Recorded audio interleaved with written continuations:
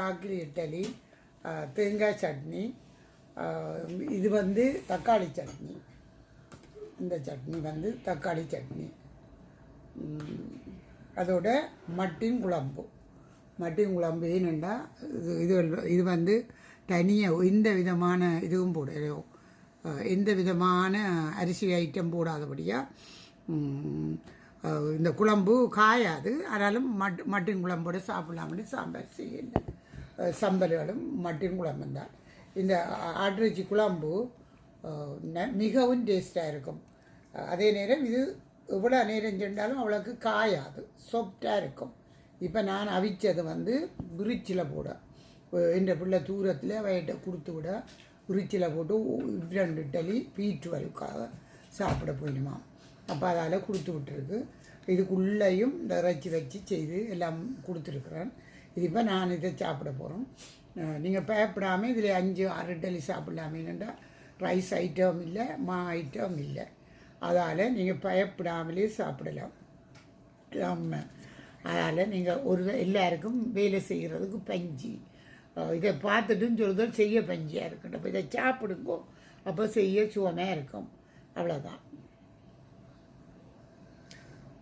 யம்மியா, very yummy. Wait அவ்வளவு சாப்பிட்டு அப்படி மட்டின் குழம்போடு சாப்பிட்டு பாருங்கோ. என்ன டேஸ்டாப்பா, அப்படி ஒரு டேஸ்ட்டாக இருக்கும். எல்லாரும் ட்ரை பண்ணி பாருங்க, சரியான ஈஸி. இந்த இட்லியும் இப்போ சாப்பிட போகும். பயப்படாமல் சுவர்த்தக்காரருக்கு நம்பர் 1. எல்லோரும் சாப்பிடலாம், பயப்படாமல் சாப்பிடலாம். இதுதான் ராகியில் இட்லியாக வைக்க போகிறோம்.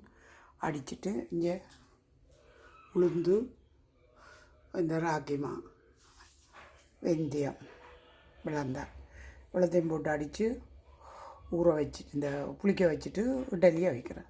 இந்த 3 தான் சாமான்.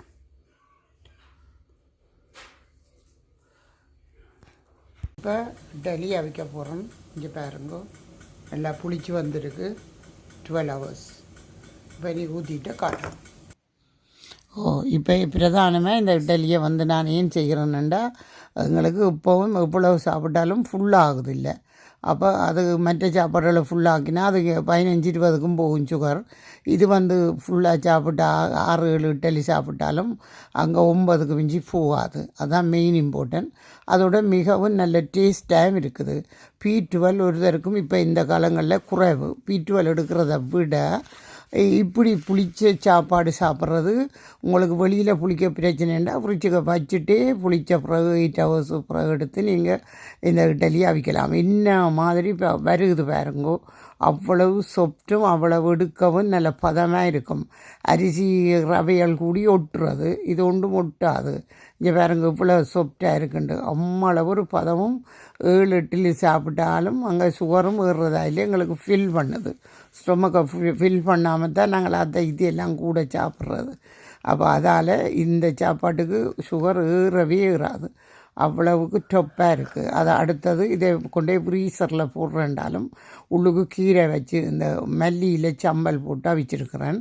அப்போ இதை கொண்டே ஃப்ரீசரில் போட்டாலும் 2 இட்லி B12க்காக சூடாக்கி சாப்பிடலாம். எந்த நேரம் கறி வச்சு சமைச்சு சாப்பிட வேலை போகிறாக்களுக்கு பிஸி. அதால் இதை ஃப்ரீசரில் போடுறதுக்கு தான் நான் உள்ளுக்கு மல்லி சம்பல், மட்டின் கறி, உருளைக்கிழங்கு கறி என்று போட்டு கொஞ்சம் கொஞ்சம் நடுவில் வச்சுட்டு இந்த மேலே மாவை ஊற்றி தான் அந்த இட்லியை நான் செய்தேன். அப்போ அதை பின்னு கொண்டு ஃப்ரீசரில் போட்டால் எடுத்து சாப்பிடுவேன். அப்போ அவைக்கு அது ஒரு மிகவும் தக்காளி சட்னி, தேங்காய் சட்னி, அதோட மட்டன் கறி. ஓகே, நன்றி, வணக்கம், பாய்.